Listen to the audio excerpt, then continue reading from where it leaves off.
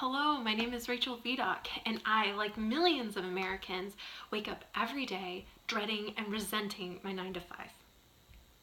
Starting tomorrow, March 3rd, that's all going to change. I am quitting my day job with wild abandon to pursue what I love and become an artist and an author.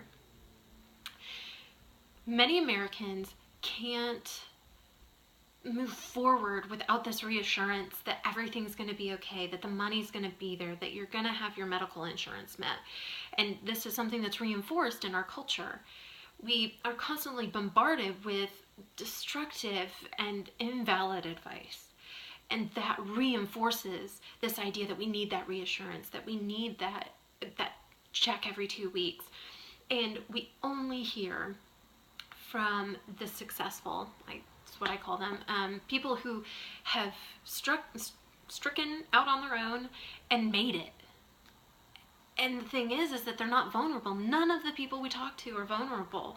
They've either already made it or they're not willing to risk it to make it. And starting March 4th, I am doing a journal vlog every day to show my vulnerability and show what it looks like to abandon fear in the pursuit of fulfillment and true passion. A little bit of my background: I was a validated and successful artist ever since I was actually a little kid. In high school, I won several national competitions. I won local competitions.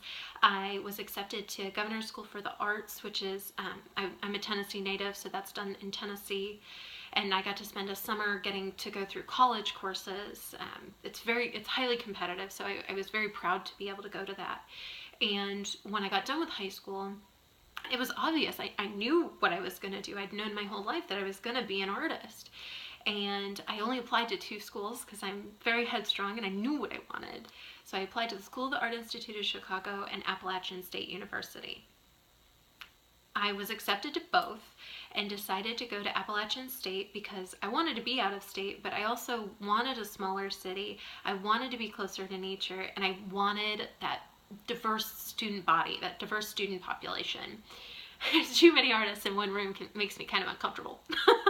But that being said, I ended up maybe a year or 2 into that program. I took an honors class on neuroplasticity and learned about the brain and how it can rewire itself to do all these crazy things. I was so inspired that I decided to double major in psychology. Fast forward a couple of years, and I'm getting ready to graduate. I'm going to have a degree in psychology, a degree in studio art, all of these honors things that ultimately don't matter. But what was crazy is that the one thing that did matter, I didn't know how to do. I didn't know how to get a job using either of the degrees I just spent 4 years getting. I didn't know how to start up a business, I didn't know how to survive. I had spent 4 years learning about these topics and had no idea how to survive using them. So, I was completely crushed with my thesis professor's review of what I had created, regardless of the dozens of people telling me that what I had made changed their lives. I made an adult fort, kind of a play fort with a chalk wall and all this stuff, and it was a blast. But I took that one professor's lack of validation to heart, and I felt that I couldn't succeed. So I went to my fallback plan, and I was like, well, what can I do with psychology? I was like, I want to help normal people with normal people problems. And my dad was like, social work, that's what you want to do. So me being the person I was and having no other direction and no knowledge, okay, let's do it. Let me get a degree in social work. So I spent 2 years pursuing a degree as a master level social worker. And I finished up with that, and my husband, my now husband, he was my fiance at the time, we moved to Dallas, Texas, for him to pursue his chiropractic degree. He is a very passionate person, and that's what I love about him. So we get here, and I get a job working with a dialysis company I had interned with back in Tennessee during my graduate program, and within a couple of weeks, I stopped going out by myself. I was crying every day. I was miserable. I was exhausted. And for all intents and purposes, I was functionally depressed. a year ago, February, so a year ago last month, my husband's stepsister passed away. She was early 20s.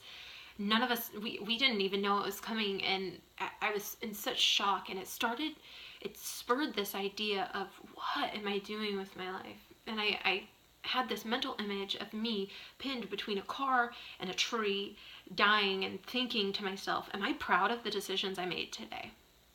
Not 5 years ago, not 10 days ago, today. Am I proud of today? And the truth of the matter was, I wasn't. I was miserable, and I wasn't doing anything to really change that.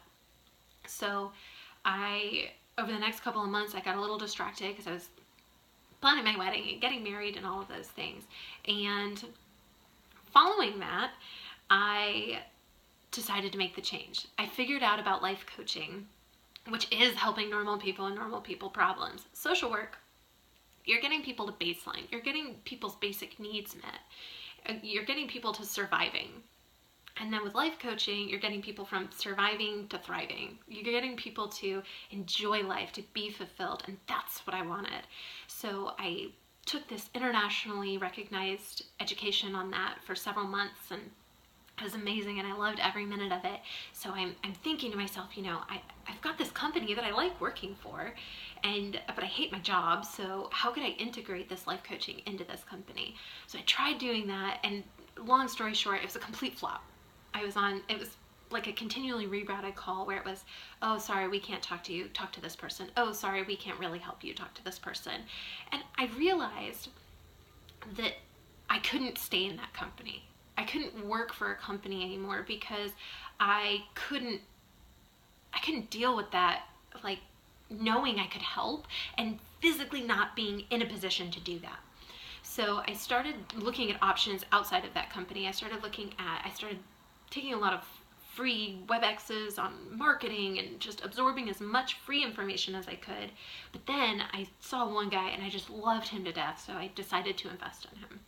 His name's Jeff Walker, and he does the product launch formulas, so I've been working on that a little bit.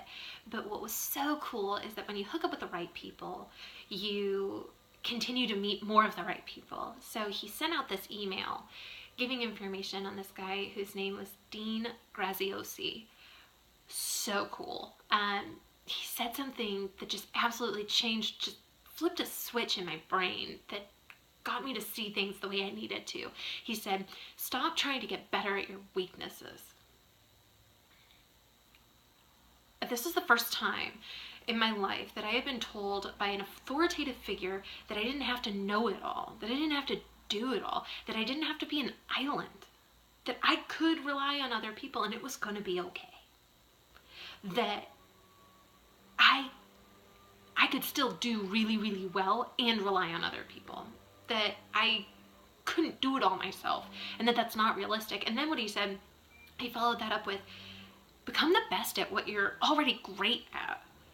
And it was like, wow, all this pressure just kind of fell and melted off my shoulders of, well, I can't succeed because I have to do it all. It was, I can succeed because I can do what I'm awesome at. Then this was met with this other seed that a friend of mine had planted several months prior to that. And she had said, and this is thrown around a lot in social work, she said, I would do what I do even if I didn't get paid. And I thought about that and I was like, man, I would not do what I do as a dialysis social worker if I was not getting paid. I wouldn't do it, not for a single second.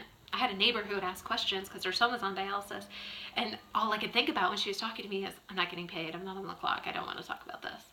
So I started to think, what was I already doing that I wasn't getting paid for? And since I had moved to Texas, I had been painting, I had been sculpting, I had been sewing like a maniac, and at my wedding, I sewed my husband's suit coat for our wedding. I made the cake. I made all the decorations. The night before I got married, I wasn't spending time with my family. I went into the room and I was sewing buttons on the cuffs of my husband's suit coat. I loved it. My maid of honor actually had to kick me out so that I would spend time with my family because I was enjoying myself so much. And I take that passion and that love and that motivation, and you juxtapose that with this job where I was burnt out. I was bullied. I was trapped. I was terrified to be authentic. I was so terrified that when I'd hear people clicking down the halls, I'd kind of hide everything I was working on. Even though I was done with my work for the day, I'd hide my artwork that I had been kind of working on the side because I didn't want them to know. I didn't want to get in trouble for it. And then I realized, as all of this kind of burst into my brain, I realized that I did not want to be in the same stifling job in 20 years. That was a bigger fear. That was a way bigger fear than losing my benefits. I realized that if I was pinned between that tree and that car, I wanted to not be ashamed of the decisions I'd made that day. And so I'm 25. I have little to some marketing know-how. I have a passion for a honed skill and enough money to live for 6 months without income. I want to show you that that's enough. I want to show you that working to live, working for the weekend, that working 5 days a week to enjoy 2 days of the week is a sickness, that it's ludicrous, that it doesn't have to be that way. And don't kid yourself. I'm terrified. I'm terrified about losing my benefits ending. I'm terrified about not having a paycheck every 2 weeks. But you know what? The thought, just the idea that I could be fulfilled 7 days a week instead of 2 is so liberating. I can't wait for you to join me on this journey.